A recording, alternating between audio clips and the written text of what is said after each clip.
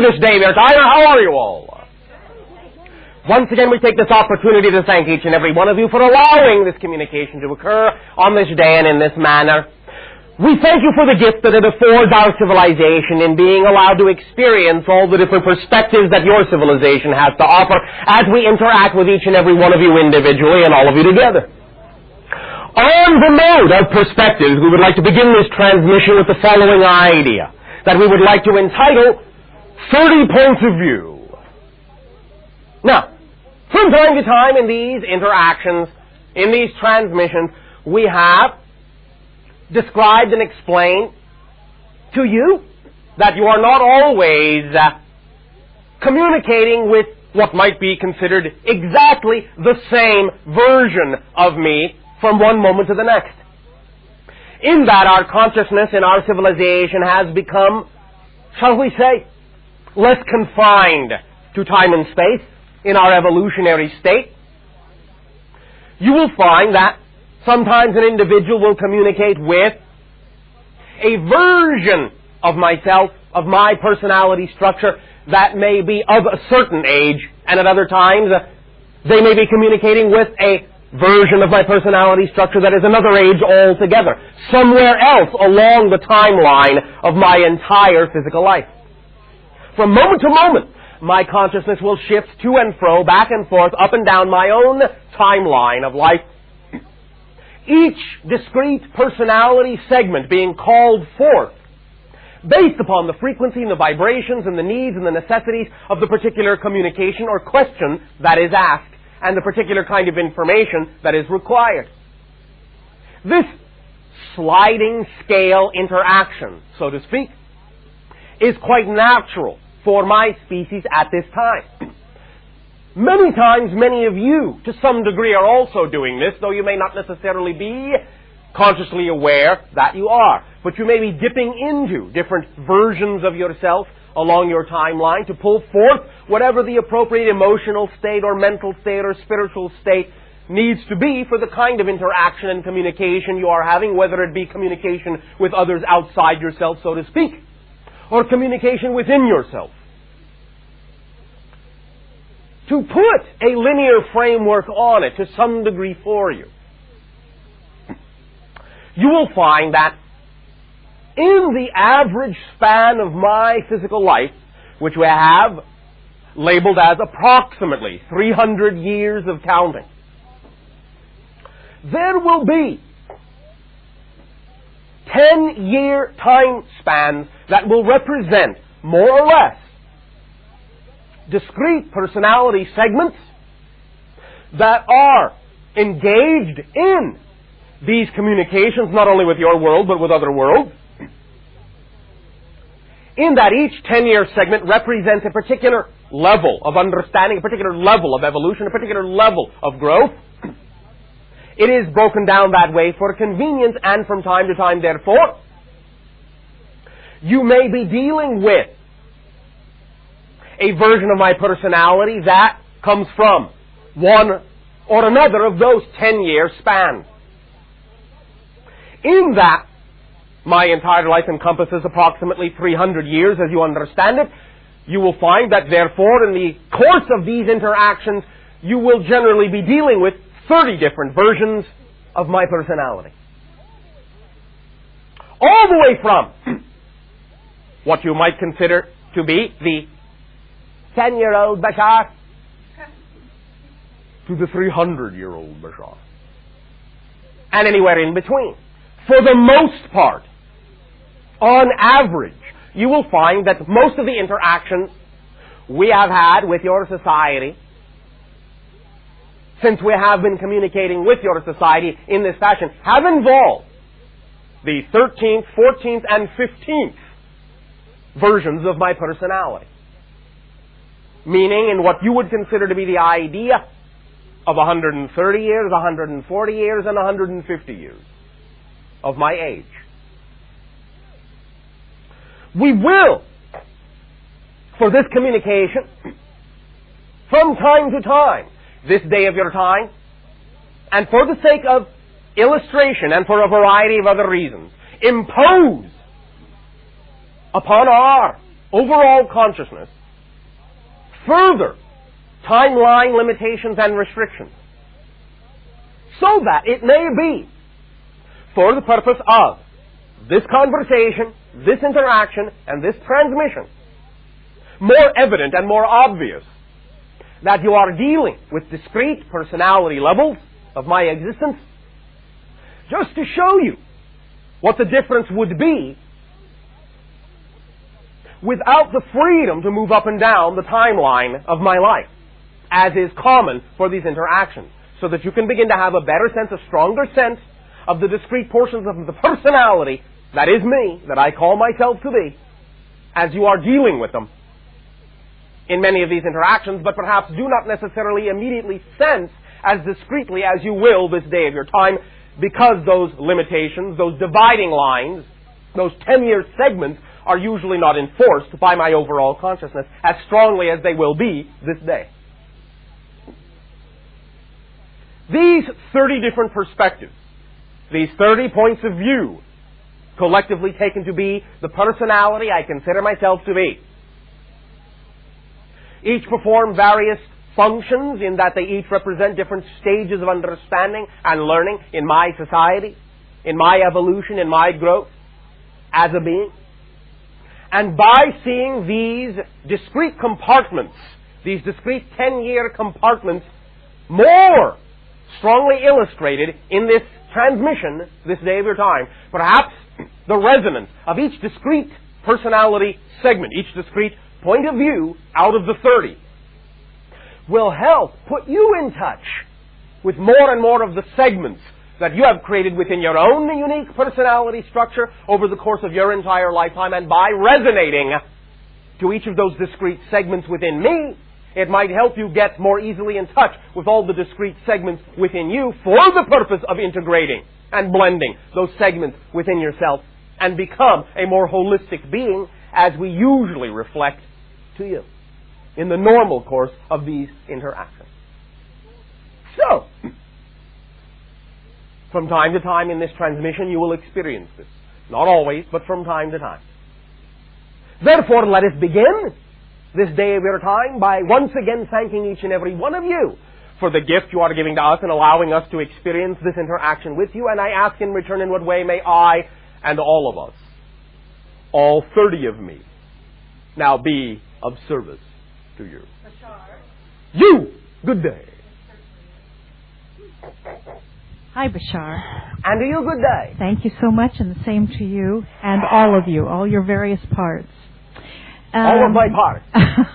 The whole of you. The whole of me. Yes. All right. Which whole are you referring to? The whole of me that I consider myself to be right now, or the whole of me I know not all of yet? Well, let's find out. Oh, all right. Okay. I want to discuss two things with you this evening, and all right. The first of which would they be? All right. The first happened last night. I was walking along in the evening, about this time, I think. And what time would that be? Oh, just the sky was dark. There right. were clouds, a few clouds, and many stars. Quite a beautiful, clear night. All right. The time of dark skies, many clouds, and a few stars. Yes. All right. I happened to be looking about, and I was thinking of you, and I was talking to you, as I often do. Me specifically? Oh, one of you. Oh, all right. And, one of me. Yes. And I saw a beautiful cloud, and I kind of mused and thought, gee, could that be a craft? I was just playing and having fun. Yes. All right. And then suddenly, I had like a knowing, and I found myself saying, aha, that's what it is. And what came to me was somewhere between a knowing and a visual sort of thing. It had to do with the picture in the catalog of the many geometric forms that are in a vertical progression. Vertical progression. Are you aware of the picture I'm referring to? One moment. I must check in with another me. Okay. All right, understood. For the purposes of this conversation, we now know what you are talking about. Okay. For I am a version of myself, in your terms, before the creation and transmission of that information. Do you understand? Not completely, but we it's have okay. Now, the idea that we are, in your counting, the 11th Bashar. Okay. This is before the version of the Bashar that communicated to your civilization at first. the communication that Bashar delivered contained that information you are referring to. But that is after my time. I am not aware of it. In my lifespan, I have not yet, as myself, delivered that information to you yet. Do you understand this? Well, I hear what you're saying. And do you understand it? Yes. Are you sure? I'm not sure, but I think I do. Why are you not sure? It's reasonably clear to me. Reasonably clear. Well, what I'm wondering is, are you going to be able to deal with this matter, or do I need to ask the other part? I can deal with anything that you have to share. Okay. But I will probably deal with it as myself. Well, rather than the version of myself that deliver the information to you, since I am only who I am. So I will deal with it as best as I can. Well, I want to call upon the part of you which understands this and can give me the understanding that I'm looking for. No. So, no. I am the 11th Bashar. Well, that is who you get. Well, may I request the 15th version or the 17th version? You may request it, but that's not who you're going to get right now. You're going to get the 11th version of Bashar. Well, then I'll just have to do the best I can, won't I? This is correct. Okay. And I shall do the same. Then let us go. All right. Okay. So anyway, I intuitively pictured the column of geometric forms. Yes. And I was thinking about how Bashar, some Bashar has told us of being in a craft, approximately, I think it's 3,000 miles above Cairo. If you say so. Oh, I do say so. Oh, yes, in a I'm craft. not there yet, but I'll take your word for it. Somebody that you know fairly well or will come across has spoken to us about this. I'll take your word for it. Thank you. Anyhow, well, what came to me is that the idea is as above, so below. You know, that whatever this vertical column going upward is, also goes in the opposite direction, and that perhaps the pyramid is representative of a part of one of these tetrahedral forms, and that there may be forms, not maybe, but are, in my comprehension, forms going within the earth that mirror those above. To some degree, but not exactly.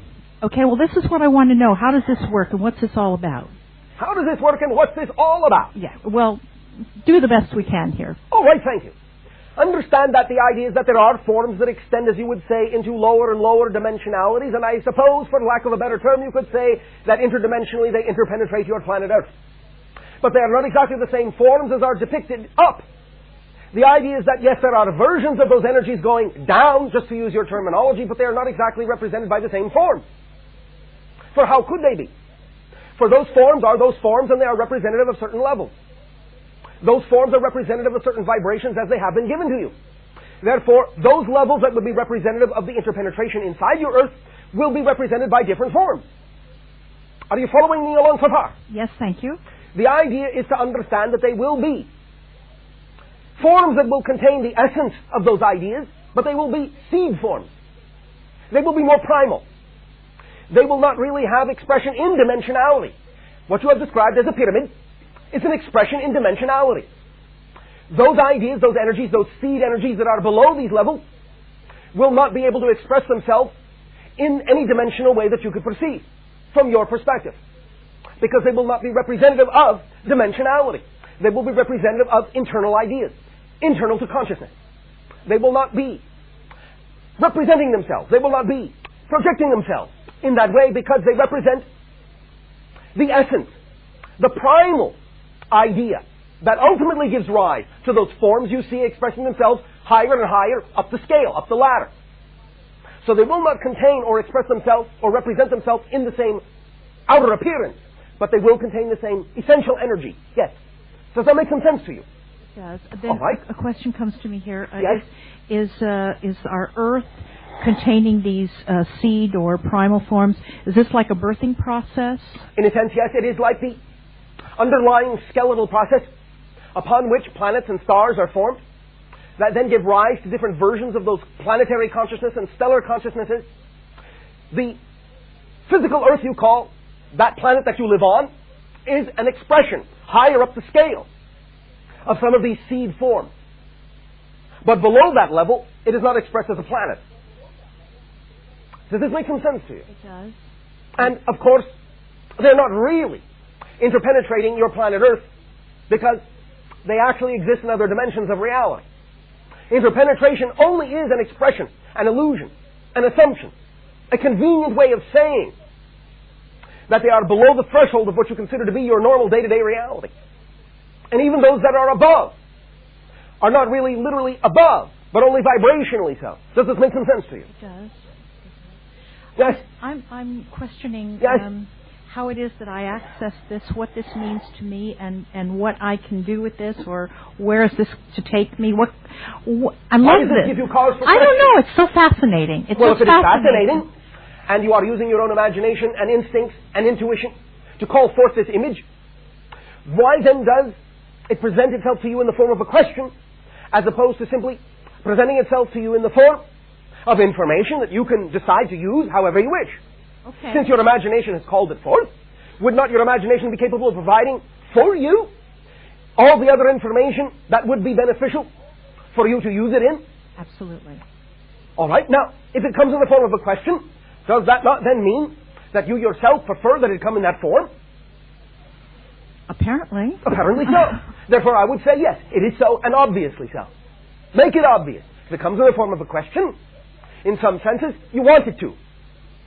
Ask yourself why you would want it to. For it is not necessarily anything wrong in it coming that way.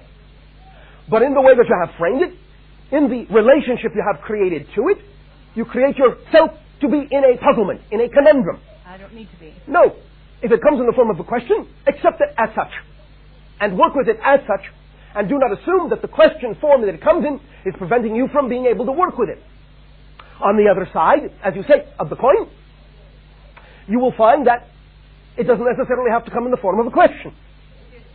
It came as a knowing. Then As an use the knowing if that is the way it comes. Or if it suits you, put it back in the form of a question. But the point is simply, it is up to your imagination to decide what to do with whatever information you receive, whatever information you draw into yourself. And you do not have to place yourself in a state of puzzlement about the way it comes. You can use it however it comes. Okay. Does that make some sense to you? I'm comfortable with that. All right. Has this conversation in any way, shape, or form helped you? Yes. I have another item I'd like to discuss. All right. I have grandchildren here in this earth. Grandchildren? Yes, and I have some in other places also, as all right. you may If you be think aware. Oh, I absolutely do, yes. All right. And there's a puzzle, again a puzzle. There's a situation now with some of my family members. Which ones? The ones upon your planet or the ones not? Yes, those who are upon the planet. All right. My 4-year-old granddaughter, Alexis. Yes. Interestingly, her name is Alexis Georgia. She's born on my birthday. All right. And I just happened to notice today that one of my alternative names from many years ago is Alexandra with an X George. Yes. All right. And I just see a connection there somehow. You do? It just floats into my awareness. Yes. all right. It's sort of fun to look at. All right. But that isn't my question. My question here see. this evening is about that I am not able to be with this child at this time. In what sense do you mean this? Her mother won't let me. Why? Her mother doesn't like me. Why? That's what I don't know. Why don't you ask? I have. It gets me nowhere. What does nowhere mean? Are you saying she does not provide you adequate information to process? Correct. She will not answer your question? No, Is that what you are saying? she's filled with anger. She's filled with rage. About what? That's not clear to me. Something about my being that is offensive to her. I see. And I have made a number of approaches to try to see what I could do to make things more reasonable for everyone. All right. I have not met with success at this point, though I know at some point in the future there will be. Do you understand that you create your own success? And do you understand that success does not necessarily have to be as you choose to define it in this context? Please tell me more. You can create your success now. You don't have to say, at some point in the future. Oh, okay.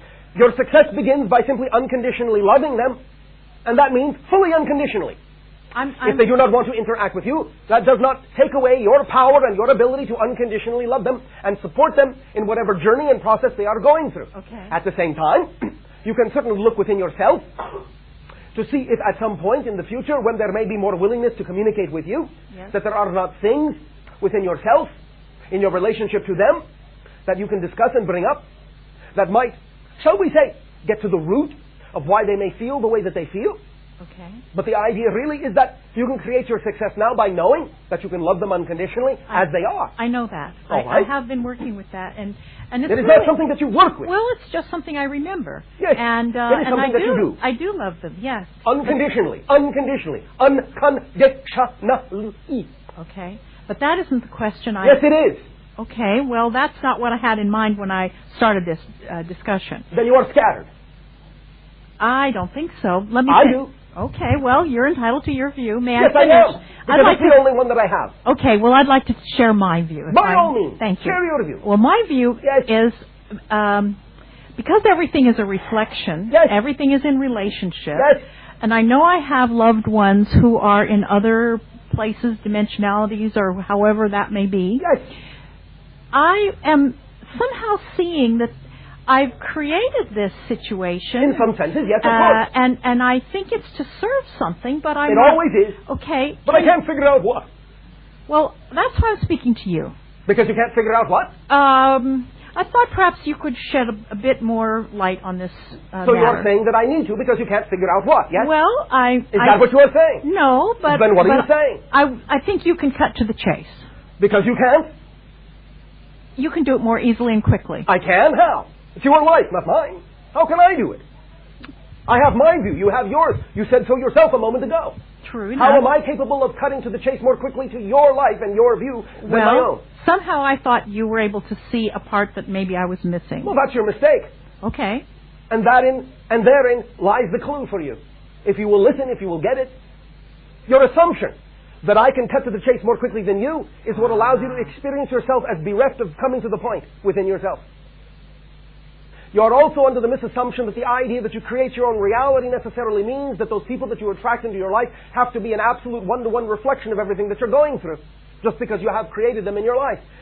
Whatever they are going through doesn't necessarily mean it's exactly the same process that you are going through just because you interact with each other.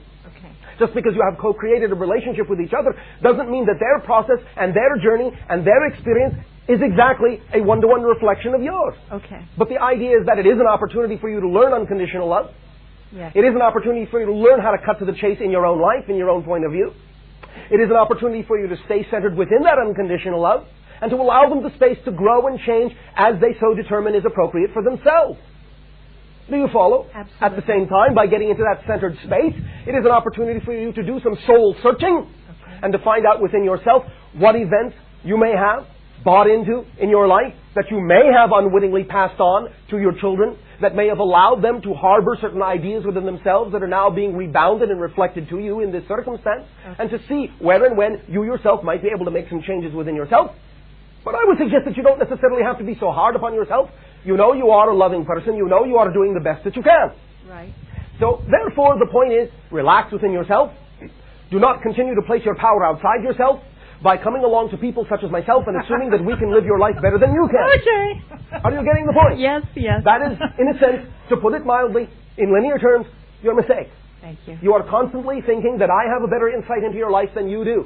The paradox is that because you think that, I do! I take mine back right now. Thank you. Okay. Then now that you have taken it back, you have a better insight into your life than I do, or ever could. Exactly, and I'll keep it that way. And that is what you need to hear from me. Thank you. Or any version of me. Okay. Whoever they may be. Perfect. Does that make some sense I love to it. you? Absolutely, and Does I it make thank sense you. to this version of you? Yes. Do you think it is something that would make sense to all versions of you? Yes. Well then, congratulations. Thank you so much. Thank you. And to you, good evening. Thank you. You, good day. Then you. Good evening, Bashar. And to you, good day.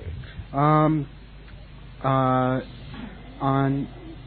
December 16th, a bird which I had, a parrot which I had for Yes. about 12 years, Yes. that was in the care of Raven. A bird in the care of a bird. Well, no, the person Raven, known to the channel. Yes. And a dog had somehow gotten a hold of the bird, Yes. female. They A were bird a bonded dog. pair. Well, I don't know. All right. But anyway, we're attempting to understand the translations of your language on this end because they do not make sense all the time. Okay, well, if there's anything you don't understand, then let me clarify. But all right. no, just a dog. A dog. And they were a bonded pair, a male and a female bird. Now it is a pair of birds. Right, but only the female was the one that was caught by the dog and killed. All right. And so? So I'm kind of just trying to figure out what to do because... What to do about what? Well, basically... what to do about the dead bird? Yeah, because apparently... Bury it. Okay, but apparently she has not made her transition yet. In what sense? You're saying she is suffering and ill. Stuck in the... No. She's physically dead. Well, then she has made a transition, has she not? Yes, but according to what I've been getting, and that's what I'm hoping to get from you, is maybe my information isn't correct, but that she was stuck in a limbo state. No. Your information is correct, but not about the bird. It's about you. The bird is reflecting to you the idea you have about yourself about being stuck in a transition state. The bird is fine. But the bird was for the purpose of reflecting to you that you are stuck in the idea of transitioning and creating a limbo state experience for yourself. That is what the bird reflected to you. That is the service she provided for you. You understand? No. Too bad. You want to hear it again? Please. Oh, all right. Thank you. The idea of the bird is something that represents freedom and flight. The idea of the dog on your planet is something that represents service. That is the symbol. The service that was done was to release the bird into a transitional state to allow it to transition into a higher realm. Freedom personified. Freedom exemplified. Instantaneous translation, transition, transmutation. No impediment, no obstacle. No limbo state for the bird. But you, looking at this scenario, have assumed or perceived a lack of transition, a limbo state, a difficulty with transition. Thus, it can be seen that this dog and this bird acted this out in reflection for you to allow you to perceive that you, in some senses, are having difficulty with your concept of transition. That you feel stuck and in limbo with regard to some of the things in your life you would like to change. That you do not feel as free as you would like to, or as easily capable of transition as you would like to. This is what is being reflected to you. It has nothing to do with the bird. What you have been picking up on is your own energy being reflected back by the event that unfolded, that was played out by the bird and the dog. Does this make more sense to you? To some degree, yes, because I'm well aware that from the belief system that I know I have at one level, I shouldn't have reacted. There are no shoulds, and there are no shouldn't. Well, based on the you belief mean system, you did not want to, but you did. Right. Therefore, you obviously chose to, and that is all right. Please do not lead yourself into more confusion by assuming upon yourself more judgment and saying, I should not have reacted that way. You did react that way, and therefore that is all right. Now you can make an assessment that this may not be your preference, but that is what you chose, and therefore at the moment of choosing it, it was your preference, because it was the best thing you knew how to do, based on the combination of belief systems within you. Do not berate yourself for having chosen it by then claiming that you should not have reacted that way. That way, as you say in your language, lies madness. The idea is to accept responsibility for how you did react. To accept it as yourself. And say, all right, I reacted that way. Is this what I prefer? Yes or no? And not to recriminate yourself by saying it should never have happened. Because then you are in denial of a portion of yourself. And that is the very key that is allowing you to perceive this event as a limbo, as being stuck in transition. It is that denial itself, that denial of that portion of yourself, the shoulds and the should nots, that particular aspect of your consciousness that is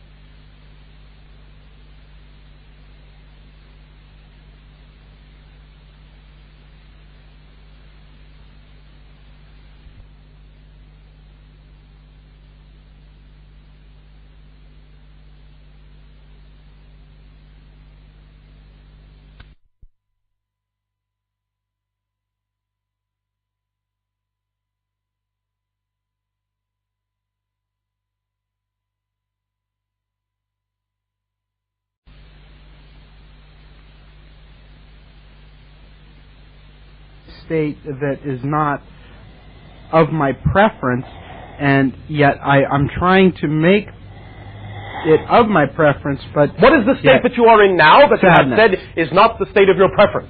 Sadness. All right. Yet, that is the state you are in, yes? Yes. Therefore, for the time being, it is obviously the state you prefer. Therein lies the paradox. Do not allow your language to confuse you. When we say it is not the state you prefer, that does not mean that it isn't the state that you prefer.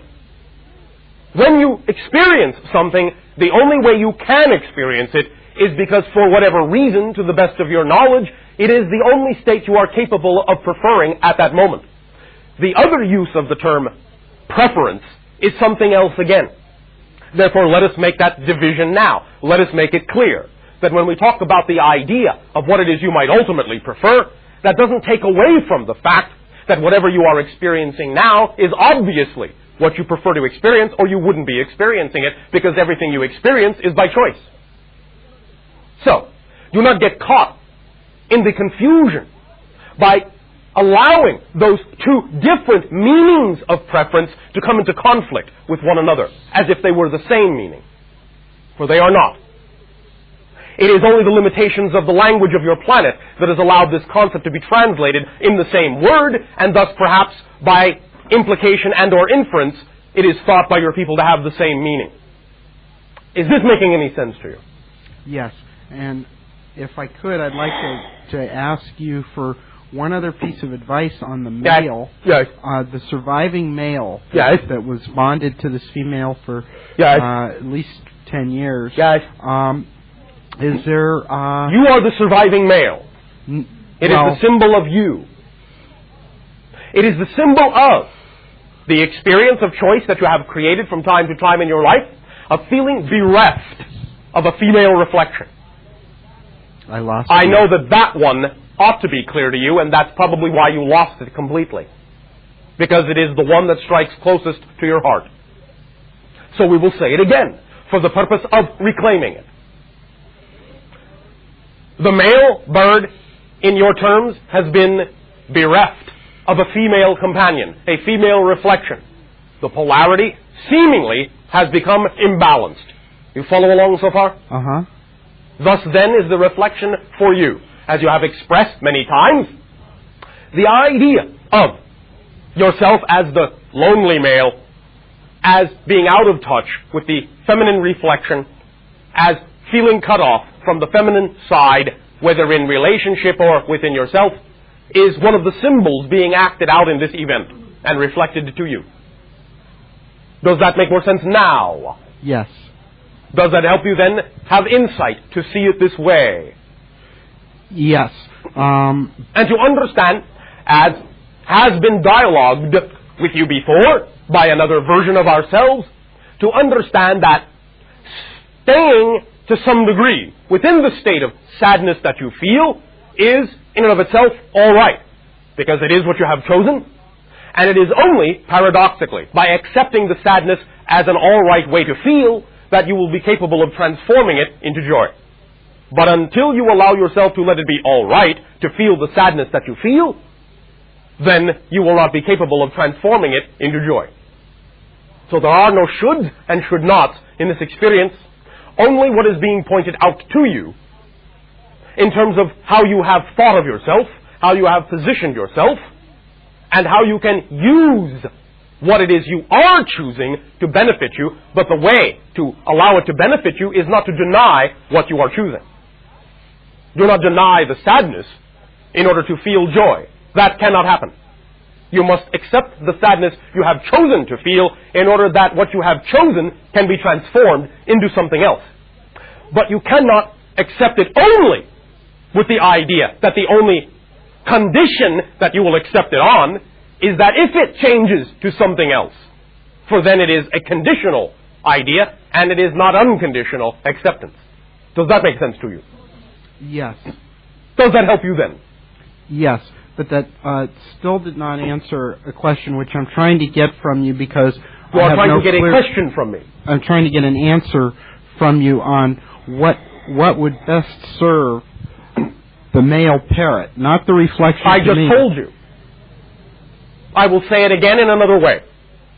What will best serve the male parrot when you understand it is a reflection for you is to incorporate within yourself your own feminine side instead of looking for it outside, so that you cannot then be feeling bereft of the feminine polarity because it is contained within you.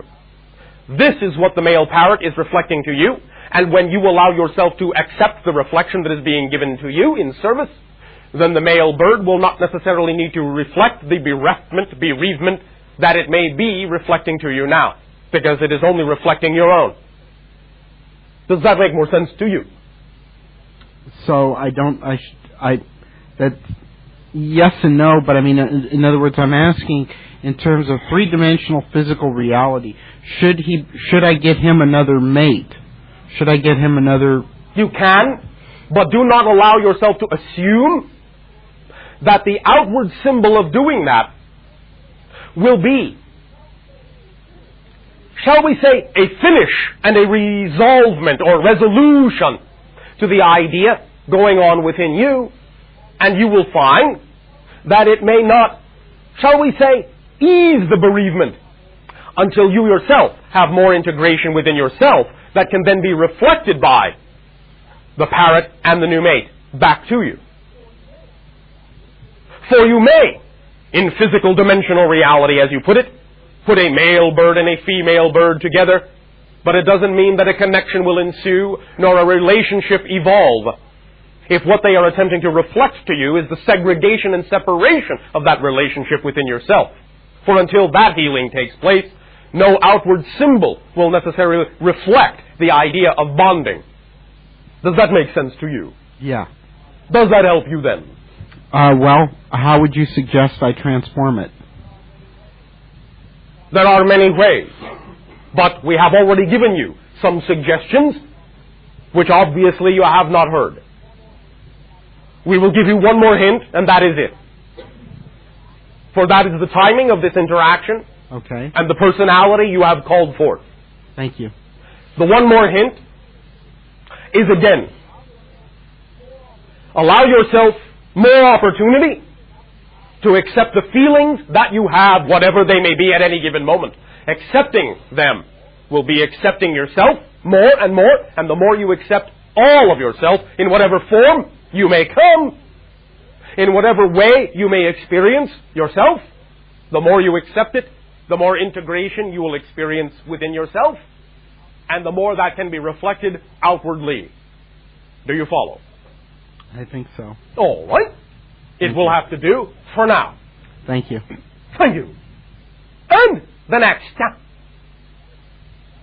Good evening, Bashar. And to you good day. I'm very impressed with number 11, and I hope that you have access to the information on which I'm needing some help. I do not know, but I am number 17. We shall see. Oh, well then, I'm sure you do. Not necessarily. Um, How do you know you don't need number 18, or 19, or 20? Oh, well, I don't know. I just feel more comfortable with 17. That is why you know you don't need 18, 19, and 20. And that is why 17 is what has been called forta. Good. Let us proceed. I want to refer back to something we've talked about before, Yes. which is the southern Etchell-Hampton crop formation of the end of July this year, 1997. You discussed that with Bashar 15. Yes. Can you remember it as number 17 or recall it? Or I access choose it? to. Good. At the time we discussed it, Yes. I guess this is the formation I'm closest to of this last season, and we had surveyed it in some detail and counted in the grid 26 squares along the northern side and 30 down the east side. Now, I've perceived that north normally means up, and I thought therefore that we had a calendar grid. But 26 units being half a year in weeks, and thus 26 by 30, meaning 15 years, which takes us to 2012. in one direction and in one recognition, this is so. But knowing that all these things are holographic, you know there are other things now that you are discovering that may be more germane to who you are now and to who I am now. Right. Now what happened was that 2 days after counting it, I presented at the Glastonbury Crop Circle Conference the idea that it was a calendar grid. And this was taken very, very well by people, and it became established as the calendar grid. I came back and started work on drawing up the grid, the formations of this year, leaving this one to the end because I found it rather complex. Yes, and I have given you a clue in this conversation as to why. Yes, I understand that. You gave me a clue in the last conversation. I did not ignore that. But when I started to draw it up last month, Yes, I found, to my absolute astonishment, yes. that it was not 26 on the north side and 30 on the east. It was 30 on the north and 26 on the east. All right. Now, I had been so convinced of this Yes, that it appeared to me that this formation had gone through some kind of dimensional... rotation. Yes. Yes, 90-degree vector. So I went back to all the photographs Yes, and I counted. yes. And of course, it was 26 on the east and 30 on the north. But I remember going along the north side and counting 26. And so you did. In one reality of the holographic stack. It is not a flat diagram. It is not a flat matrix. It is a holographic cube. There's more than one north side. There's more than one east, more than one west, more than one south. You allowed yourself to enter the doorway that allowed you to perceive a parallel reality. It is, after all, a symbol of parallel paths. It is a parallel matrix, holographic, parallel reality representation. Are you beginning to see this and experience this now? But yes, of course. Right? But what you are therefore saying is that when on July the 31st I counted the northern edge of that square with Yes. other people there. So, did we not already, or shall we say did not, Bashar's 15, 14, and 13 already discussed many times with many of you that time and space are not what they used to be, that they are becoming unstuck, unglued, and shall be shifting more frequently. This is one of the ways. North shall not be north, east shall not be east, west shall not be west, south shall not be south, up shall not be up, and up down shall not be down, though they will be each other from time to time. And they will be themselves when they shall be themselves, but taking their cue from you and your orientation. No longer are the orientations outside, the orientations are inside. And this gives you the vital clue as to your state of being in relation to the holographic cube, as to which side you see, what direction you see, which orientation you approach it from, and what is germane to you. Time and space are coming unstuck because time and space are your inventions anyway. They do not exist without you. These are arbitrary lines, limitations, structures. You have now found that out with a device such as this matrix, because it is the parallel reality matrix that opens many doors and in which the hinges to these doors are greatly oiled so that they swing freely. Is this making some sense to you? Oh, yes. But But, herein lies, yes, the most difficult question. the most difficult question would be what? I've been drawing these crop circles for years. Yes, This is the most difficult one I've ever had to deal with. I can't draw it. well, you wanted a challenge, didn't you? Didn't we say that this would be the grid that would allow you the opportunity to truly understand the fundamental template? Yes. Well, now that you have your hands on the fundamental template being truly fundamental and underlying all possible parallel realities you can experience in your universe of experiential reality, did you think it would be simple? No. You wanted it to be challenging so that you could see it from all sides, so that you could discover new things. Did you not want it to have many facets and many doorways through which you could look? Yes. Then you got your wish, didn't you? Yes. And do they not say on your planet, be careful what you wish for you will get it? Well, Yes. you got it. Okay. It is your bed. Now, You Ryan. did it. Yes. All right. Well, I thank you. I thank you for that. Are you still number 17? I am still number 17. Can I give you another question about another formation? You can. I You can want- give me all the questions you wish to give me. I have this nice little box that I can put them all in and wrap it up. Okay. The Milk Hill fractal formation obeyed the iterations of an absolutely accurate Koch fractal Yes. for 3 steps. And at what was to be the 4th step, it stopped working with hard-edge triangles and surrounded itself Yes. with small circles. Yes. Now, I didn't understand this for a long time, but then Do I you now? realized, yes, In what way do you understand it? And I will share with you how we understand it.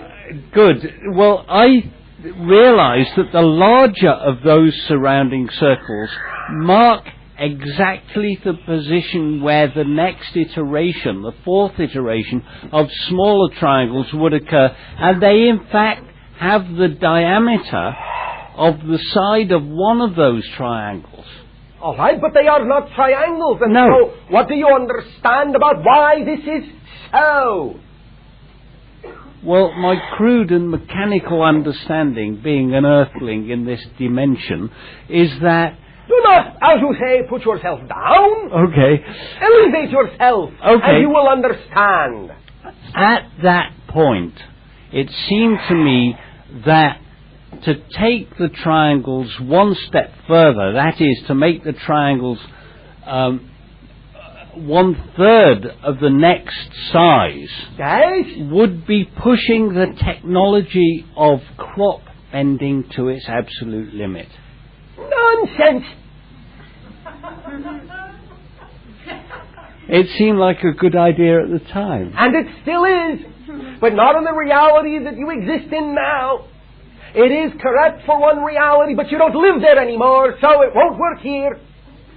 Let's have another. Shall we? Well, it seemed that there is no accident about the fact that the diameter of the circle in that position is the same dimension as the triangle, which might have been in that And position. so that tells you that it's certainly based on a continuation of the matrix, but is not a continuation of the matrix. Exactly so. Something has shifted. Yes, and what do you imagine that would be? Time and space. And why do you imagine that would have happened? Why? Yes, why? Why? 1, 2, 3, and then 4 goes out the window. The 3rd dimension. But there is something else. Well, we've reached the end of 3. Yes. And we're coming to 4, which Yes. is different. And this is all based on what is the simplest possible structure, what is the simplest possible template, what is the simplest possible fundamental principle upon which this is all based. The tetrahedron. Yes, and leading to the spiral, and so you see therein the idea of the tetrahedron, then going into circular formations. But what is more simple than that? Is it time for a clue? Yeah. The 4 laws. What is the first law? You exist. What is the second law? What is the third law? What you put out, you give back. And what's the fourth one? Only constant Is change. Yes. Therefore, 1, 2, 3, invariant. Number 4, Change. change. So therein you have in that symbol the first 4 absolutes interwoven, and a depiction of the tetrahedral structure that then leads to the sacred spiral that spins off into circles, and the symbolism of going from 3rd dimensionality to 4th density. And simultaneously you also have the energy realities, the thought bubbles, the discrete universes that are spun off as the energy field of the double interpenetrated tetrahedrons called the stella octangula. Do you follow that? Yes. Yes. Because the stella octangula has 2. One up, one facing down, interpenetrating tetrahedrons in rotation. Rotation has an energy field that is composed, in a sense, in your dimension, of spheres. Each sphere being its own discrete bubble reality. These bubble realities are infinite in number. That, being depicted in the crop circle wheat fields, would have been the limit of the technology, yes. For those fields are not infinite in scope. But the first layer was laid down to demonstrate the point of the generation of infinite numbers of reality bubbles that are generated by the interpenetration of what is above and what is below. And so that symbol is all these things and more. Does it help you? One small final question.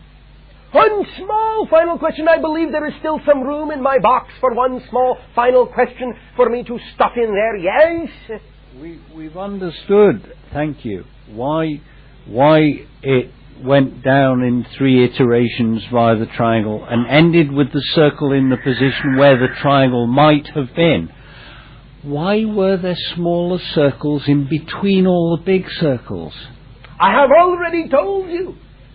There are iterations and iterations and iterations that cannot be seen in that diagram, but it lets you know that as above, so below, infinitely bigger, infinitely smaller in all directions simultaneously, and that one reality is connected to the next because all are one. Does that make any sense? Yeah. Does it make enough sense, or is there something that seems to be missing from this definition of the larger and the smaller circles? Yeah, I would have thought that if it was symbolic, as you say, Yes. of the infinity of possibility, Yes. that would have been demonstrated. In what other way? More small circles. Why should there be more? Because we have passed through the 4th iteration with the big circle. Yes. And then I would imagine there would be a complete, if I was designing it. Oh, if you were designing it, well, I'll let you know you did. All of you did. It comes out of your consciousness, remember. It is made within the fabric and the medium of your consciousness, remember. And so you did have a hand in designing it, so that's what came out. So I'm criticizing myself. I would say at that stage, at what is hypothetically the 5th stage, the small circles would be scattered like confetti. In some senses, this is so. However, we wanted you, and you wanted you to appreciate the discrete individuality that altogether forms the collective of 4th density. And so did not want you to be scattered in all the little circles, but wanted you to say, why only one? Because one is enough.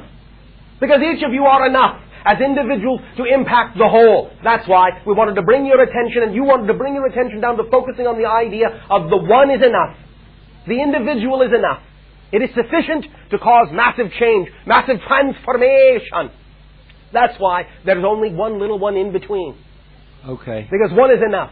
Each and every one of you is that one. And each and every one of you are enough to cause a change in the whole. Does that make more sense now? Absolutely. Does that help you then? Thank you, number 17. Thank you, number 45. Bashar. You and then you. Good day, Bashar. And good day. I have a few questions. The first is about my mother. She has an arthritic condition. Arthritic condition. Yeah, and at least it's painless, but it's drawing her fingers up. And she's had a surgery, and it actually made things, I guess, a little worse. It is not that in any way, shape, or form. The idea of your technology is that which we would disclaim or put down, as you say. But it is, as always in our estimation, perhaps the wisest to be the more natural before going to such extremes.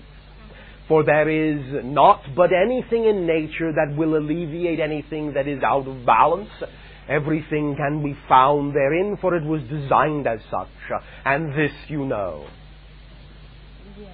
Thus then there are those elements that require the body to be replenished in what you call the minerali and the enzymatica and all of those formations of molecular structure to be found naturally in the body that when replenished and replaced will allow for the proper function of such.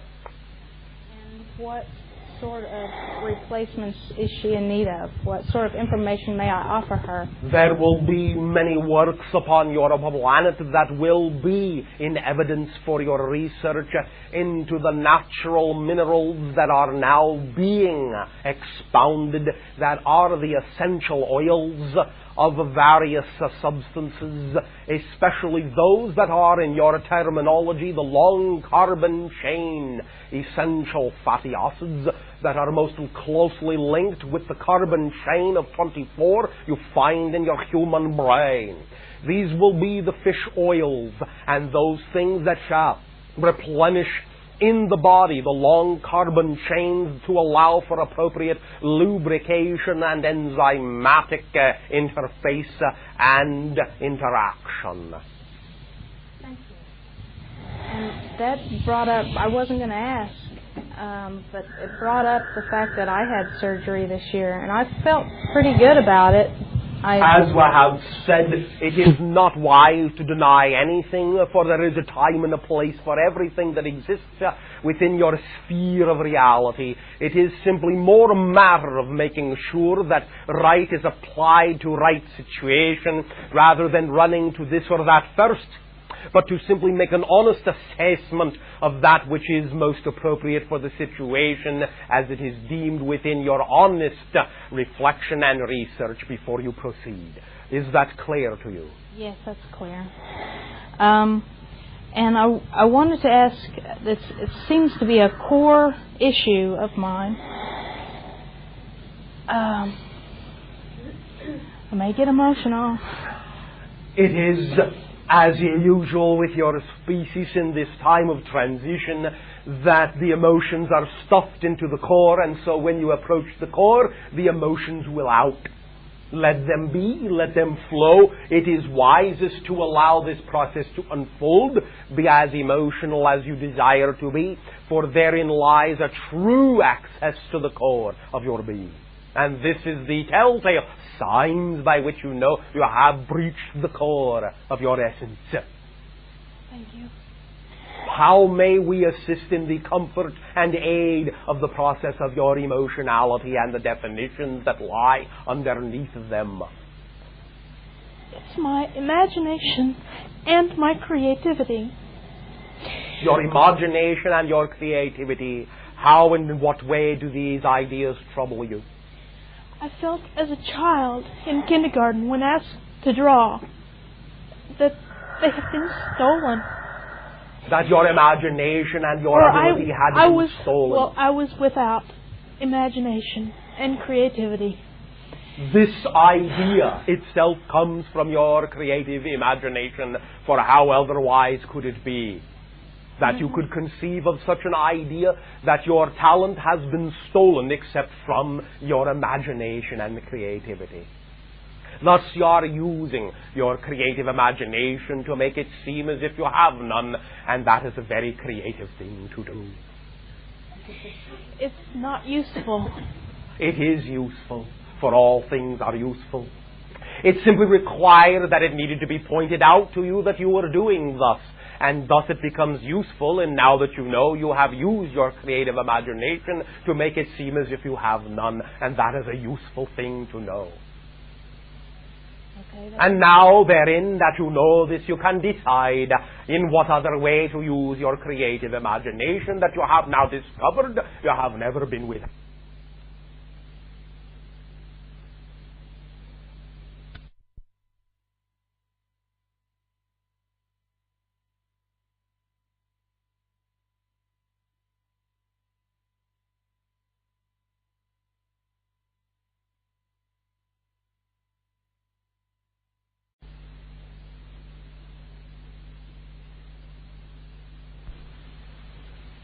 Covered, you have never been without, but have simply used in a manner that you now wish to use otherwise. Well, I do. I wish to use it to support myself. Then first and foremost, you must acknowledge, as we have just pointed out to you, that you have never been without it. Do you acknowledge thus? Okay. Are you willing to truly acknowledge thus, or are you simply saying your word of acquiescence to appease us? Not to appease you. I actually thought about it. That's why I paused. Does that mean that you have within yes, yourself the understanding that you have used your creative imagination to deny that you have one? Yes, I had not thought of that before you mentioned it. But and does that settle well with you to think of it thus? Yes. And now that you have found you have one, do you not feel yourself filling with any excitement at all? Do you not feel yourself filling with any potential to use it otherwise at all? Yes, I can. Well, I will. Probably what I do with the things, the insights that you give me, is I remind myself of that. I give you nothing, my child. I reveal only to you what you already have.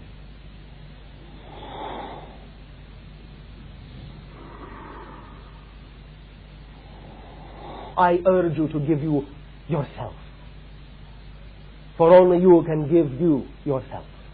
And that is what I am suggesting that you do. I wouldn't know how to do that. I have just suggested how. By first allowing yourself to know that you do know how to do that. And that you have done it many times. Perhaps not in thy fashion as you would think should be done. But nevertheless, you have done it many times and are doing it now. You are giving to yourself the idea that you have not given to yourself, but this is an idea you are giving to yourself. Thus you are doing it as you speak, and thus it has always been so, and you have never not done it. Okay. Thus you are in the moment of creation now and forevermore, because forevermore is only in the now. Does this make sense to any portion of your soul? Yes. What is it that you are feeling now? Are you feeling in any way, shape, or form the idea that it is possible for you to be free and to be released of these notions?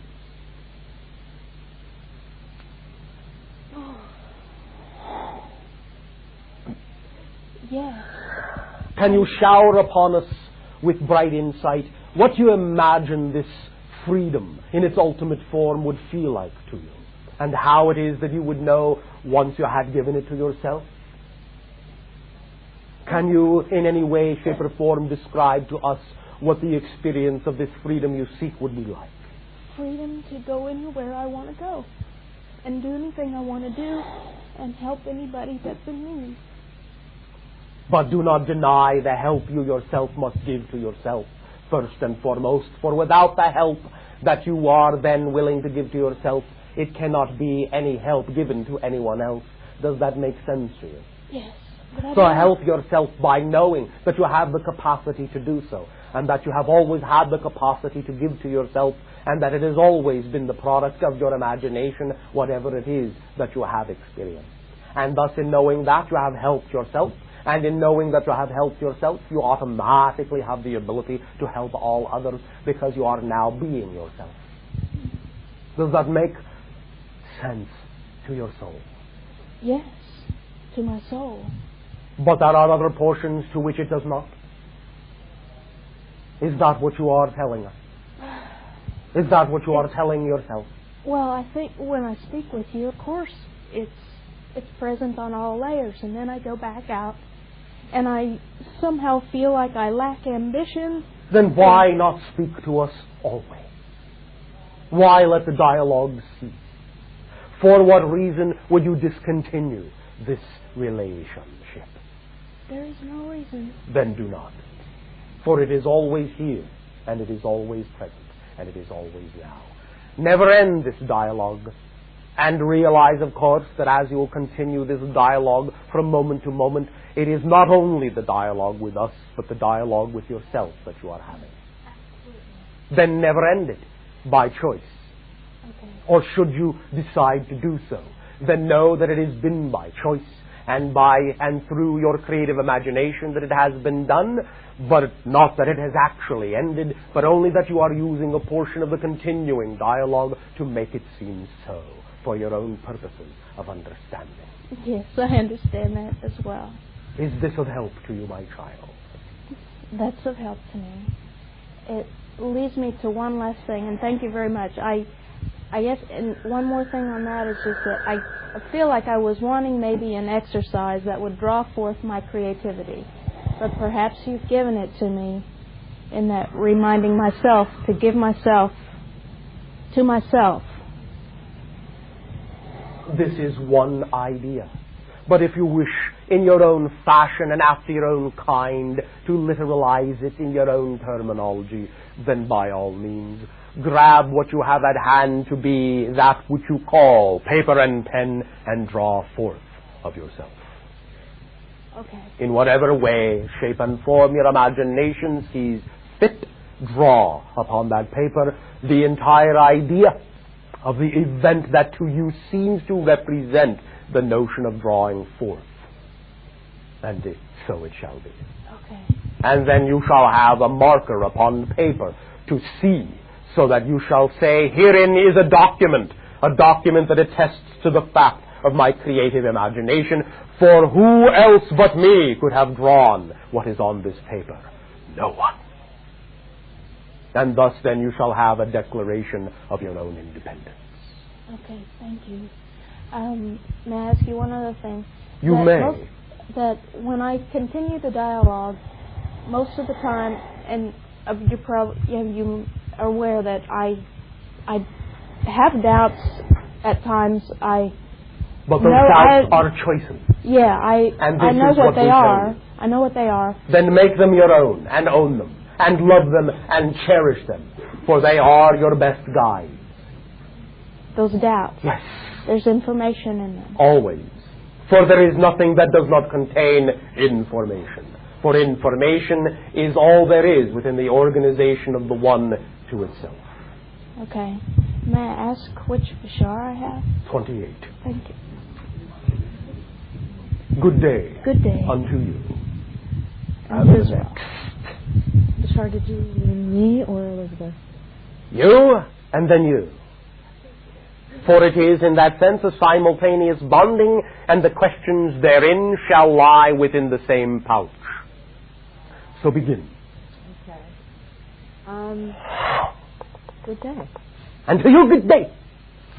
I had a dream last week where I was walking in the desert, and there were... What is a desert? What is a desert? What is a desert? How old are you? I am in your turn. Oh. You're 10 years old? I am in your turn. Oh, how lovely. What is a desert? Oh, a desert is a very dry place with sand and barrenness, maybe a few plants, very hot. Hot. hot to the point where nothing can live in its original state, but there are other things that live and have adapted to the heat. This is to what you refer. Yes, to some extent. All right. Not I have it. Too hot. I have it. Good. Desert. Okay. So I'm in the desert. You are in the desert, but then it is too hot for you. And you will not survive if you stay. Am I correct? Boy, do I feel like that. All right. You are in the desert, and this is, a symbol. A symbol. I see. You are talking symbol, but you are talking literal. I see. All right. I have it. Proceed. There's horses. There's horses. Horses. From two different directions. Horses. Horses. Yes. What horses are? Yes. Now I do. I am being assisted. And I have to stand very still because they're going on either side of me. And if I move, they might trample me. Trample you. Yes. All right. End your physical existence. Yes. Quicker than the desert heat. Yes. All right. So I stood very still. This would then be a favor? What would be a favor? That they end your existence quickly instead of slowly. Is this not correct in the symbol? There are signs. So I have ascertained a truth in this. Yes? Okay. All right. I see. There are more dimensions. Yes, more dimensions to this. Please go on. I am fascinated by all the dimensions you are creating in this analogy. Yes. All right. So I stand very still and I become lucid. In the dream. All right. You wake up in the other dimension in a way that you are familiar with what is occurring. Yes. All right. Yes. And I realize the horses are gone now. Yes. The horses are gone. Yes. And I look around and I go, oh, I'm in Mexico. And I sort of felt like I was Stop. Yes. All right. Yes. And I sort of felt like I was in a B movie. Stop. I know this is really going to stretch you. All right. Yes. I am being assisted. I apologize for delays. Oh, it's all right. All right. I am being assisted. Proceed. So I really didn't want to be in that B movie because I thought it was You boring. do not want to be, but it is B. To be or not to be. This, I am told, is the appropriate response. Yes? Does this make sense to you? For I would like to know if this makes sense for the purposes of my training. It's very good. Yes. All right. She says it is all right. Yes. All right. So in my lucidity, Yes. I suddenly accelerated. Yes. And so I started feeling myself being pulled out of my body. Yes. And I went flying in the air. I levitated up. Yes. And then I flew in the air over the edge of a cliff. Precipice. Yes. And it reminded me of when I flew in an ultralight. I kept saying to myself, it's like a little airplane, sort of? Like a hang glider? Yes. Okay. Minimal empowerment. Minimal technology. Yes. And so I kept thinking to myself, stay with it. And I flew up. I am doing my best to stay with it, yes. And I flew up over the canyon. Yes. And canyon is precipice. Yes. And then I found that I woke up, that I couldn't stay in it, that instead I woke up into physical reality. And I wondered why I wake up when I'm lucid. And I mean, to me, I was accelerating. I was obviously moving. Yes, but then I woke up into physical reality. Yes, scared of threshold, ultimate transformation, and what it means to you. All of the analogies, all of the symbols that have been attached to that degree, level of transition. Too much, too fast, too quick. You like it slower. You are not comfortable with that much rapid change. You feel. You feel, you process, you cannot handle too much. It will annihilate you. Oblivion, eradicate, instead of actually survive. So, you say, enough. Take yourself out. Go back. Enough for now. Next time, maybe further. But enough for now. For is too much. Yes? I understand. Yes. Yeah, I just Yes. understand that. Thank you. Something else. Am I helping? You're helping a lot. Yes. All right. She says I am it's nice helping. To talk to a 10-year-old. She says it is nice to talk to 10 years of age. Yes. All right. Perhaps then that is why I appear now in my training to you, and why you appear now in my training to me. For 10 is something that also has to do with you. 10 has to do with you. What? Like me. One of yours, like me. Like me. Yes. Yes. Children. One of your children, like me now. Yes. I am. What? Proxy. From my child? Not just yours. Many. I am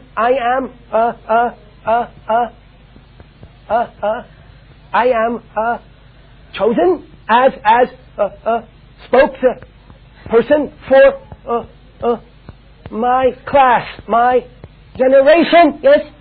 Yeah. You understand? Yeah. Yes. So, all children, all my type, all my age and around my age and level of experience, I speak for now. I speak for them now to you. And you. You send our love. Always. And received. Ouch! Everyone too much. At once say same back. But too much. My training not complete. Much energy. But I say send to you, but too much at once. Ouch! You want us to hold back? No. For if you hold back, I will not learn. So do not hold back. Make me more ouch. More ouch is my job. I chose. They said you will ouch. I said, okay, I will ouch because this is my joy. So in my joy, I will ouch to have more joy. And so I am ouching, and therefore because I ouch, I grow, and because I grow, I have joy. So thank you. I feel like that's what I experienced too. Oh, then I am told that is another reason why we talk now. For I reflect this to you too. As well. Two. As well. In addition. Yes. I appreciate that. Yes. Thank you. I want to ask something else. Yes. It has to do with Christmas. But. Yes. Oh, wait.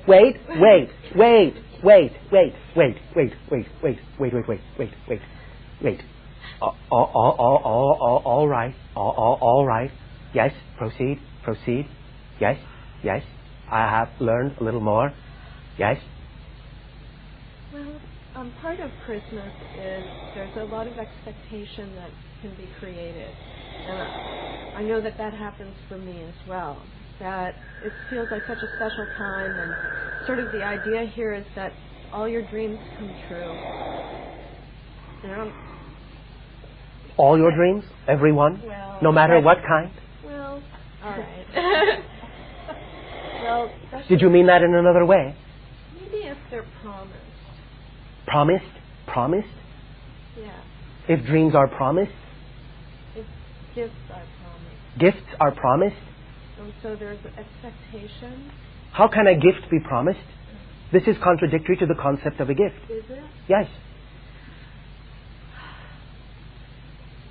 How can there be conditions placed on a gift? A gift is a gift. To place conditions thereon is not a gift. It is an arrangement. Not a gift. It is simply an arrangement. Well, that's pretty common here on Earth to make arrangements. Oh, yes, all right. But see it as an arrangement, not a gift. It is an arrangement. And that is why the expectation comes into it, because arrangements carry expectations, so to speak. Right. But if it is a gift, then there are no expectations because it is a gift. Okay, well, like, it's something that I would have experienced as a gift, regardless of whether that was the intention or not. And so I'm experiencing disappointment. You have disappointed yourself. You have Yeah. unappointed yourself. Yeah, like as if I didn't love myself enough to give myself the gift that I wanted most. All right. All right, well, then, why is that idea or that gift seemingly so important? And if it is important in essence, cannot the essence of the gift generate another presentation of the gift? Yes. And then, what can be done with that essence, and what presentation can be formed? Well, I don't know. I guess that's part of the gift, is that you never know. Yes, that is true, yes. But the idea is to know that you always have the essence, that the gift is actually the essence. Not the surrounding, not what you call the trapping, not the wrapping, Right. the essence.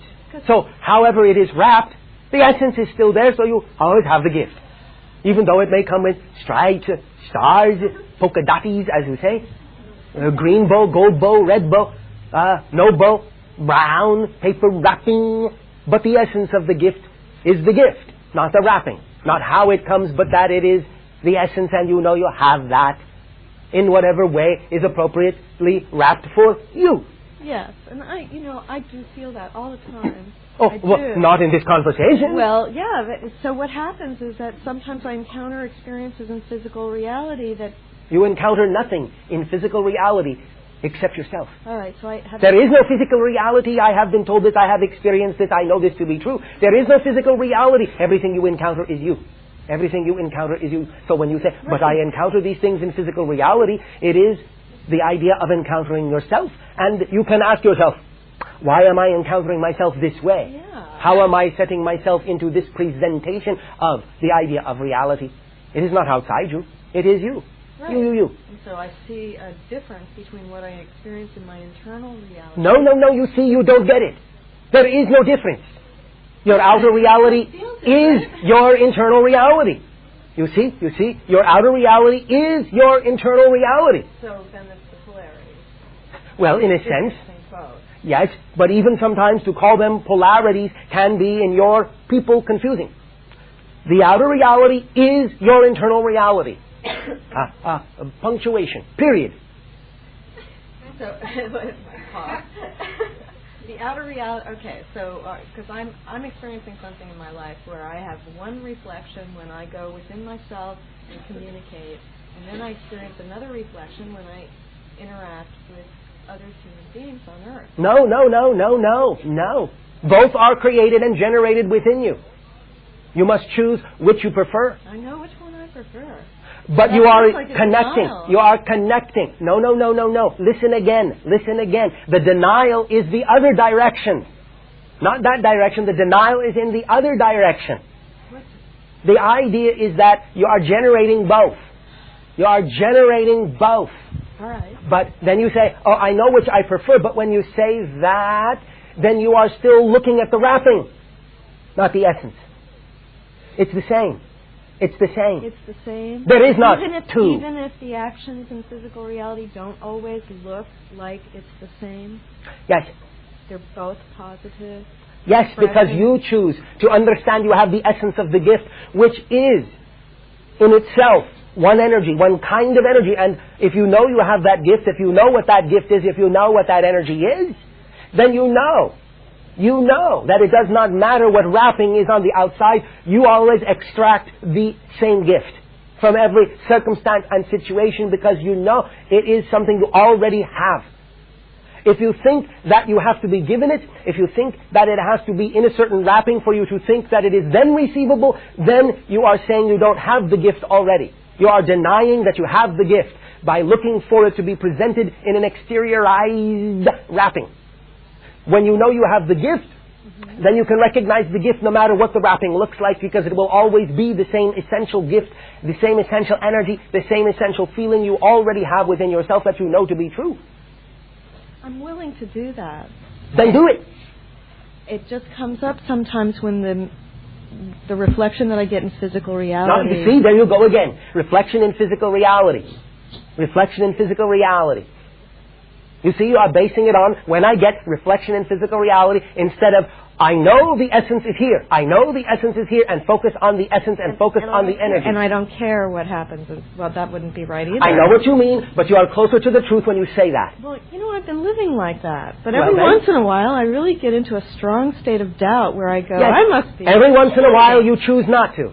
And that is your choice. Right. That is your choice. Well, you know, all right. That is your choice. All right. But you can always remember you always have the essence within you of the gift, that it never leaves. It's the gift you were given when you were created. It can never leave. It is essentially a part of you. Doesn't matter how it looks. You always have that. So do not look to what the external wrapping tells you. Look to the fact that you have the gift and it can be presented in a number of different ways, but you have to know it is there in order to recognize it no matter in what wrapping it may come. Well, my conviction is being increased as we speak. Okay. So. Okay. Okay. I mean, that was one of the really big questions because I don't like to go into denial about what I see. Well, yes. But at the same time, my strongest conviction lies in the area of experiencing the gift all the time. Yes, but it is the experience of the gift that you have to understand you always have, not how it looks, not how it's wrapped. If you are calling the gift the wrapping, you are mistaken. That is not the gift. If you insist that it must always look this way or look that way and then you don't have the gift, if it doesn't, then you don't have the gift in your mind. You don't understand you have the gift. You think that the wrapping is the gift. So when you get a really strong degree of conviction about this, then you can't feel disappointed by the actions of others? Yes, because you will never disappoint yourself. You may understand that there may be different scenarios going on in other individuals. You can understand how to dialogue with them to find out what those scenarios are, but you will never be disappointed, for you will understand that you never lose the gift. Ever, ever, ever, ever, ever, ever, ever. For nothing happens. Nothing happens. Nothing happens. That is not somehow a reflection, an aspect, and a wrapping, and a trapping of the gift. That is the degree of strength and conviction you must have to know that the gift never leaves. All right. Does that make some sense? Makes wonderful have I been of help? sense. You know, you've been so helpful. Now that I'm a little bit older than I was before? Now? How old are you now? About 15. Oh, gosh. Well, it's been... We felt that we needed to grow up a little bit to help you. You did. You did. Thank you. That's wonderful. Merry Christmas to all 30 of you. Plus. All right, thank you. We return the wishes and greetings of every holiday we have ever heard of on any planet to you. I love you. Would your sister like to speak now? Oh, yes. All right. Hello, Bashar. Hello. I understand that I'm supposed to respond to that idea as if that were my name. So hello. Oh. Why is it that you call us sisters? Well, that is how you appear. I simply, as you say, call them as I see them. Great. You are sisters on a variety of levels. Need I explain? Please. Need I explain? Oh, you don't have to. Thank no. you. Is it not obvious even unto you? Yes, it is obvious. Yes, all right. Well, I wanted to talk to you a little about the dolphins tonight. Jack and I went to Hawaii and had the most incredible time swimming with a whole pod of spinner dolphins. Yes. And it was just such a wonderful a discovery for me. It was a... What kind of a discovery would that have been? Well, it was a discovery of more of myself and of it was just, I got such a huge shot of love from them and acceptance from them, and A shot. like a burst of bolt. I don't know, A burst, a bolt. something went through me, and Something went I through feel like you. there are all these doorways that have opened from this experience, and Are they still swinging? oh yeah. All right, all right. This is enjoyable then. This is enjoyable then, yes? Yes. All right, all right. Very enjoyable. All right, all right. And it just, they didn't feel, swimming with them and thinking about them afterwards, it didn't feel like an earth experience. But of course it was. Of course it was. But of course it is connected to many other things. Mhm. But of course it was an earth experience. Do not deny that. Okay. In your description of what is more and what you sense is more, please do not leave out that it is an earth experience. Uh-huh. And it goes beyond that too, doesn't it? I said it did. Did you miss that part? Yes, I guess I missed that. And it is more. Did I not say that? Yes. Did I not say that? Okay. And I'm feeling it since I've gotten home, this concept has come up for me that I wanted to talk to you about. And what would that be? It's a feeling of being really sort of committed to being present in my life, and just Now, what a fascinating concept. Committed to being present. yeah. As if you could be anything else, actually. Yeah. Well, Therein lies the paradox. Did you catch it? Did you catch it?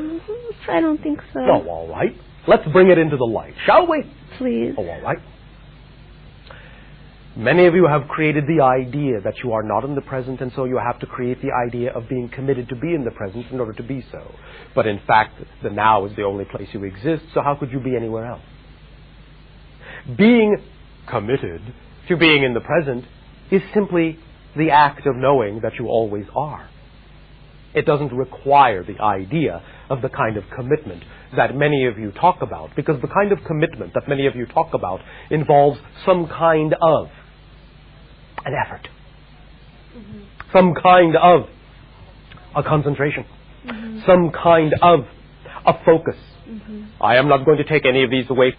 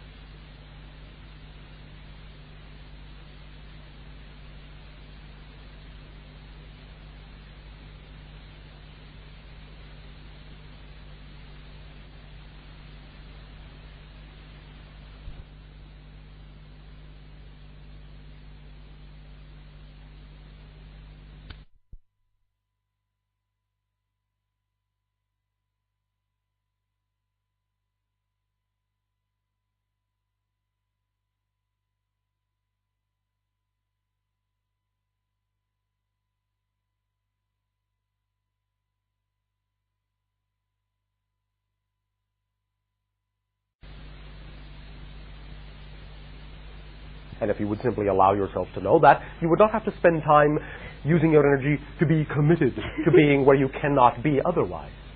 I see. Does that make some sense to you as I've explained the paradoxical circumstance? Yes, very much. Does that help remove the effort factor for you? Immediately, yes. Why, thank you. How old are you now, Bashar? I am, in your terms, the idea of 78. And moving upward rapidly. Can you share with us anything about the dolphins? About so many people are having these heart-opening experiences swimming with them, and we have shared many things with you. We have talked about their connection and their ability to function as telepathic inviters, telepathic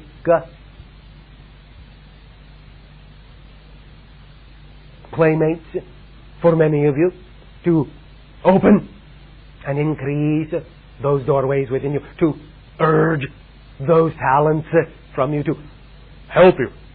Let it be all right to give yourself permission to put your feelings on equal par with your mentality. They are good mirrors of your essential freedom. They are good playmates. They are good reminders of the kind of creative beings that you are. They are your family. Incarnationally, many of you have been dolphins. Many dolphins have been human. They are, in that sense, as far as these things go, the same type of expression of soul. And so you are intermingling again now in this day and age, so that you can remember more of who you are, so that in communicating with them you can learn that it is important to communicate with yourselves, so that you can know, so that you can see, so that you can feel, so that you can be.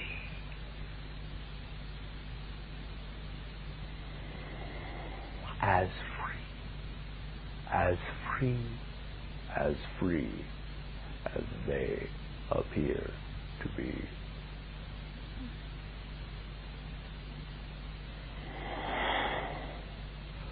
Does this make some sense to you?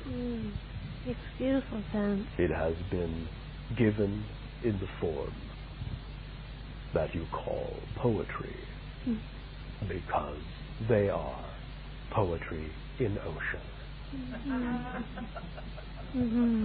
They are.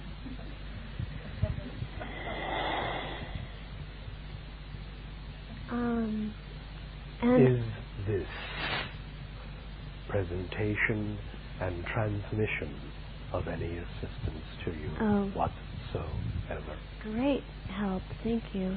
How old are you now? 300.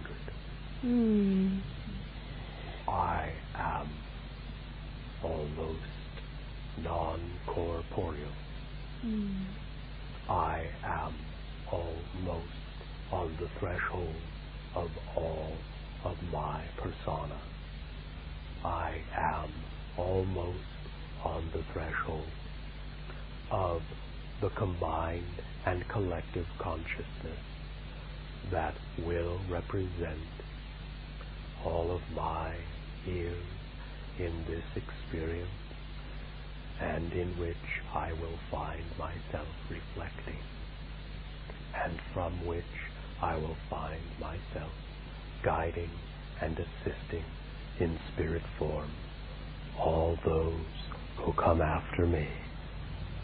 I am almost at the door of being one of the oversouls of my planet that will allow blending, expansion to continue into fifth density. Do you understand? I do. Thank you for speaking with us. Does this assist you? Assists me greatly. Thank you. You.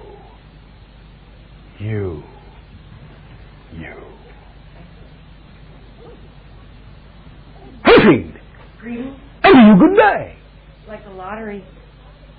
All right, we understand the connotation. I wanted to ask you about my... We will proceed from this point forward with a little bit more blending up and down our timeline. Okay. Earlier in the week, my right hand, the top of my hand, was a little bit sore. Yes. And then I took notice. And then I took notice. I synchronistically happened to do a bunch of crocheting now that I don't usually do. Yes. And then my wrist started hurting, and in the old days I would have assumed it was because I crocheted, but since my hand hurt first before my wrist, Yes. I thought there could be some possibility that I might not have thought of in the old days. Yes, and the possibility would be that as each and every one of you become a little bit more precognitive and more prescient about yourselves, you will understand that you are about to do something that will hurt your hand and thus get the pain first. Ha, ha, ha! My, you're all becoming wonderful jokesters. Well, do you understand that? That I would have physically hurt myself physically, or because I was going to crochet a lot, or any of the above? Yes. You gave yourself a sneak preview of the difficulty that you would allow your hand to experience from the crocheting. Well, now that's like, how could my joy create pain? I have already told you how, many times. You are still under the assumption that pain cannot be a part of it's joy. the ouch thing. Yes. Okay. And also the opportunity for you to realize that the reason you experienced the pain was from the fact that you are expanding your senses so that you could see into what you call classically your future. Okay, I did something with that which I really enjoyed and I wanted to share with you because it was exciting. Yes. I looked it up in a book that has symbology of different symptoms, and the wrist part said, there's like an affirmation, I just remember the part, that said, I handle all my experiences in life with ease, love. All right. And very good, very good. Okay. Yes, it connects to that And idea. then the other one, I looked up carpal tunnel because I've heard of it. Yes. And that one was talking about feeling the injustice, the seeming injustice of life. Yes. Which I've kind of been doing because I've been... Yes. This is a large, shall we say, issue for you on certain levels. Well, so the affirmation that I created, it was close to what they had, but I just put it more in the now. By all means, allow your imagination to guide you. So the affirmation for that was, I am creating a life of joyous. I'm creating a life that is joyous and abundant. All right. And by saying it to myself, yes. and each time emphasizing the next word in the sentence, I started coming on to the idea about how you've told us that we're always a different person, we have no connection to the past, and I started actually getting the feeling of also the idea that I'm God in this physical form, so I'm like learning my creator thing, and I realized that by saying that all I had to do was be the person. Yes. I am that person, and no matter what's going on, I'm that person. Yes. See, that's the part that's still getting clear, that yes. I'm that person no matter what it looks like. Yes. So I wanted to share that. Well, thank you.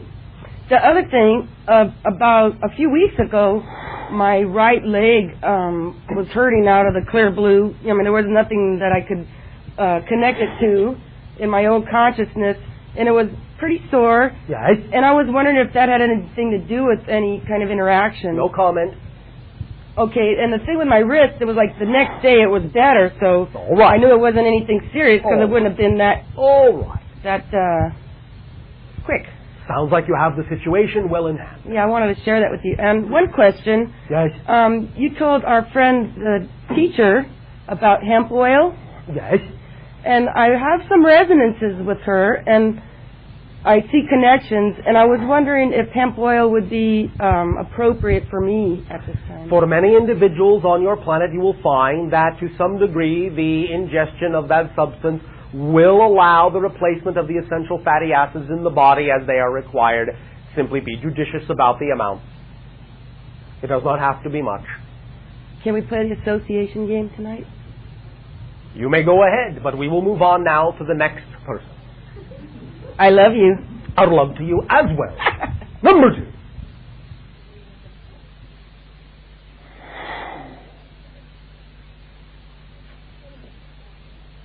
Bashar. And to you, good day. This has been a most enjoyable evening meeting all the different parts of you.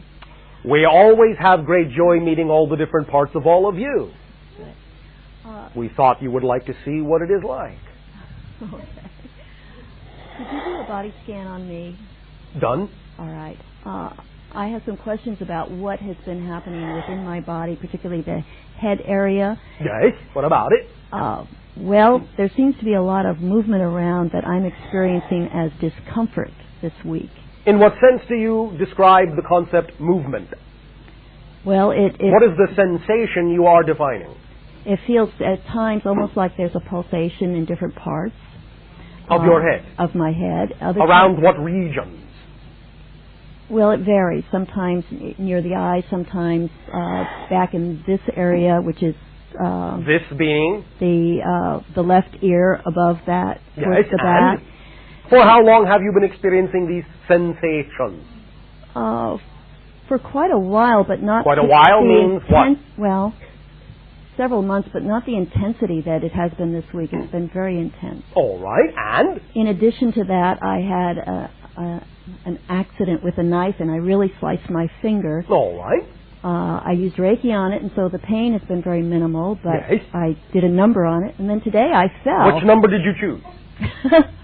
Well, I don't know. Pick a number. Pick a number. 1? Is that a guess? That's a guess. Then pick a number that is not a guess. 3. All right. Proceed.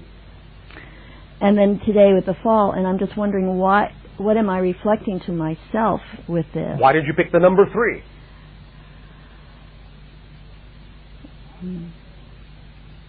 Why is that your number of choice?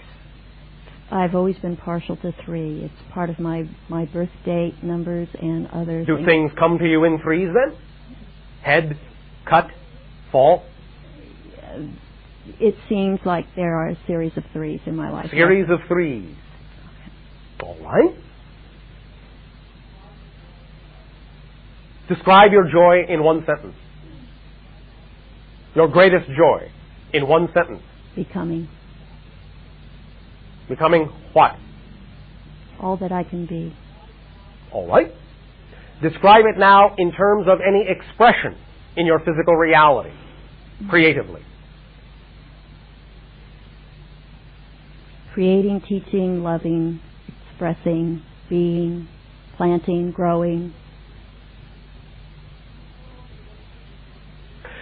Sum up in one sentence what you believe this past year has been to you, in general.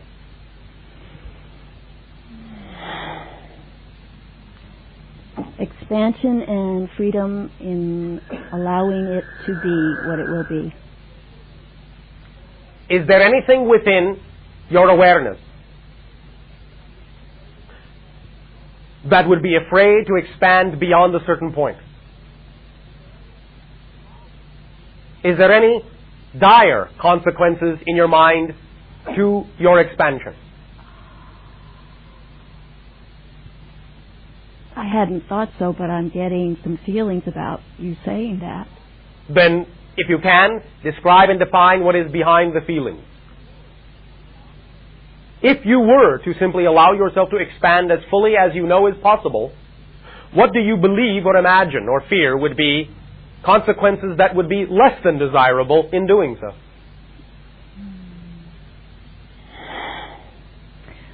What comes to my mind is my mother saying I was getting too big for my britches. Too big for your britches.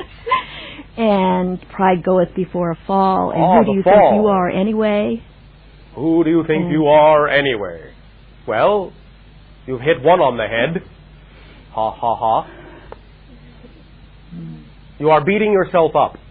You have arrived at a place of great transition, and all of these imposed limitations are now coming to the forefront, and they are coming out in your actions. And in that sense, you are finding yourself a bit clumsy now, a bit under stress, feeling yourself stretching the limits, as if you are attempting to break out of your head, break out of your mind, break beyond the boundaries of your limiting beliefs that have been imposed upon you, and these are causing stresses within you, and, as you call them, accidents of clumsiness and so on and so forth. But this is simply your passage. It is like riding the rapids. Is this part of the rewiring that I've been working on with the Yes. brain? Okay. Because you are facing things now that you did not know were really there or did not allow yourself to acknowledge. Now they are all coming out. It is like unto the idea of allowing your body to purge toxins. For the first toxins are ideas, beliefs about yourself that you have been fed since childhood. These are all coming out now. And as you purge them, you may find yourself a little bit awkward for a while. But if you understand that's what's going on, and you love yourself all the more for riding the rapids, then a few bumps and bruises will be your rewards for moving downstream more rapidly. You can smooth it out with this love, but allow yourself to understand that's simply what's happening. Do you follow? Yes, I do. Is this of help to you? That is helpful. Take a deep breath. The deepest you can muster. Did I say to let it out? No. Then do not. Take a deep breath and hold it. Have you done so? Yes? All right. Hold it. Hold it. Hold it, hold it, hold it. Let's see if you can hold it for 60 of your seconds. Tick, tock. Tick, tock. Are you still holding it? You'd better. You'd better. You'd better. Otherwise there will be dire consequences if you let it out. You'd better hold on to it. You'd better not let it out. I let it out. Oh. Did the world come crashing down? No. Thank you. Do you get the point? Yes, I do. Thank you. I do. Let it out. Be yourself. Relax. Breathe easy. Love yourself. Flow. Okay. But all these things may come to the surface and you may experience some of them, but know that that's what they are in general. Okay. Do you follow this? Yes, I do. Another question. Yes. In my profession as a teacher, they invariably give me children who are having problems because I've been successful with them. And I'm looking at that process and I'm... Well, do they not say on your planet that no good deed goes unpunished?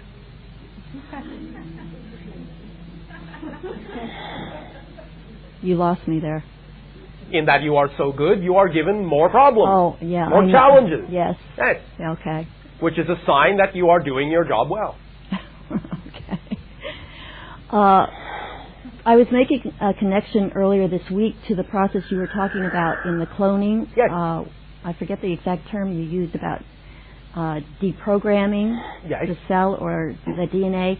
Yes. And with these children, like one child I'm working with this year who came from a sexual physical abuse background Yes. and was extremely out of control and violent, Yes. and he's come a long way. And I'm wondering if somehow in the process of interaction, whether it's my energy field or the guides that work with me and Are him... you creating a segregation where none really exists? Why do you need to separate these things out into so many different parts? Does it not all have the same effect no matter what it is? Is it not all guided by your intention to be of assistance through your love? Yes. Then is it not the idea of your energy field, of your guide, of any other number of things you could name? Is it not all working in synchronous, harmonious concert? Is it not all one thing? Yes. Even as they are separate things coming together, they are all one thing. Why separate them out as if doing so would give you more understanding of the process that is required? The only process that is required is to be yourself as fully as you can, and anything that needs to be there will then get through that you create yourself to be. Should I just go one step and see if what I was thinking, get your input on that? We'll see. Okay. The insight I had was that there was a deprogramming, where perhaps the wiring of the child through the process goes back to the original, so he doesn't have to exhibit the deviant or the negative behavior. Yes, and so? Well, that was just my thought. But that Well, was the it is process. correct. Okay. It may not necessarily always be capable of being immediately applied to the child's circumstances, but fundamentally that is correct. You will determine when and where such an idea can be best applied in the moments that give you an opportunity to apply it. Does that make sense to you? Yes. You must take into account that the child has also chosen its own path, and that path may not always include an opportunity for you to use that knowledge in exactly the way that you have just described it. It doesn't mean that you are not using it, but you may have to come up with different applications that are appropriate to the different circumstances that the child himself may bring to the surface. Do you follow? Yes. Does this help clarify the issue? I think so, yes. Mm-hmm. Why, thank you. Thank you. And which level were you at this point? I have already said that we are now back into our blended state, and we are simply acting as the focal point for all of the span of ourselves and all the different aspects to come through this particular one. That would be in general, the window of the 13th, 14th, and 15th version of myself. Do you follow this? This is the state in which we generally interact with your people, through that particular window, somewhere in the middle of the span, give or take. Does that help you? Yes, thank you. And number 3.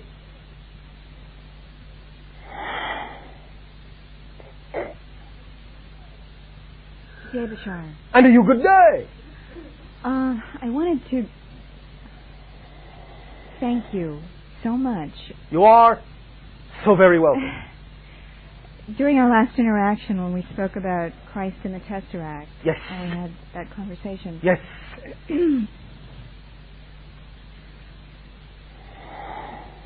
The opening that it created in me has just been phenomenal. All right. It's You are, as all of you are, a phenomenon. So why should not the opening of yourself be phenomenal? well, it has been. And still is and always will and be. always will be, yes. And And in what way did you experience the phenomenal opening of yourself? it's been subtle. I've been caught up in the Christmas rush, and so Christmas rush. Yeah, so I... An interesting oxymoron. Isn't it, though? Yeah. And it catches me unaware that just this amazing, just a literal sensation of my heart opening more. Yes. And of course, there have just been these amazing synchronicities, and Of course. the house that I was speaking about that I've looked for a year just came the next day. Magically. Magically. Because once you made what you had your home, anything else that needed to reflect it could then be an extension of it and magically appear. Do you follow that? Oh, I do. Thank you. Oh, thank you for that. I had a quick question. We'd also talked about the neurological stuff that's been going on with me lately, and you had Neurological, yes. You had said to have it checked. Yes. I did.